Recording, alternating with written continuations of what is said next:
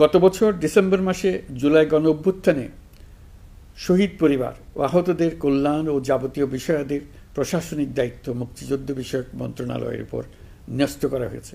এখন পর্যন্ত 836টি শহীদ পরিবারের মধ্যে 775টি শহীদ পরিবারকে মোট 98 কোটি 40 লাখ টাকার সঞ্চয়পত্র ও মাসিক ভাতা বাবদ ব্যাংক চেক দেওয়া হয়েছে। অবশিষ্ট যারা আছেন তাদেরও কয়েকটি বিষয় নিষ্পত্তি সাপেক্ষে সঞ্চয়পত্র দেওয়ার প্রক্রিয়া চলছে। এর পাশাপাশি আহত 13,800 জন জুলাই যুদ্ধকে 3টি ক্যাটাগরিতে নগদ টাকা ও চেক বাবদ মোট 153 কোটি 4 লাখ টাকা প্রদান করা হয়েছে।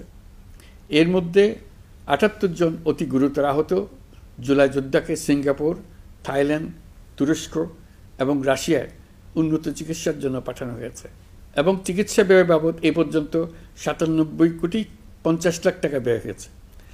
জেলা উপজেলা পর্যায়ে সকল সরকারি হাসপাতাল বা ক্লিনিক বা স্বাস্থ্যকেন্দ্র, মেডিকেল কলেজ হাসপাতাল এবং সরকার কর্তৃক নির্ধারিত বিশেষায়িত হাসপাতালগুলোতে সকল শ্রেণীর আহত জুলাই যোদ্ধাদের অগ্রাধিকার ভিত্তিতে বিনামূল্যে চিকিৎসা সেবা দেওয়ার সিদ্ধান্ত হয়েছে। সরকারের পক্ষ থেকে জুলাই শহীদ ও আহতদের জন্য আরও নানা উদ্যোগ নেওয়া হচ্ছে। তবে জুলাইয়ের মহানায়কদের আত্মত্যাগ তখনই সার্থক হবে যখন এই দেশকে আমরা একটি সত্যিকারের জনকল্যাণকর দেশ হিসেবে গড়ে তুলতে পারব।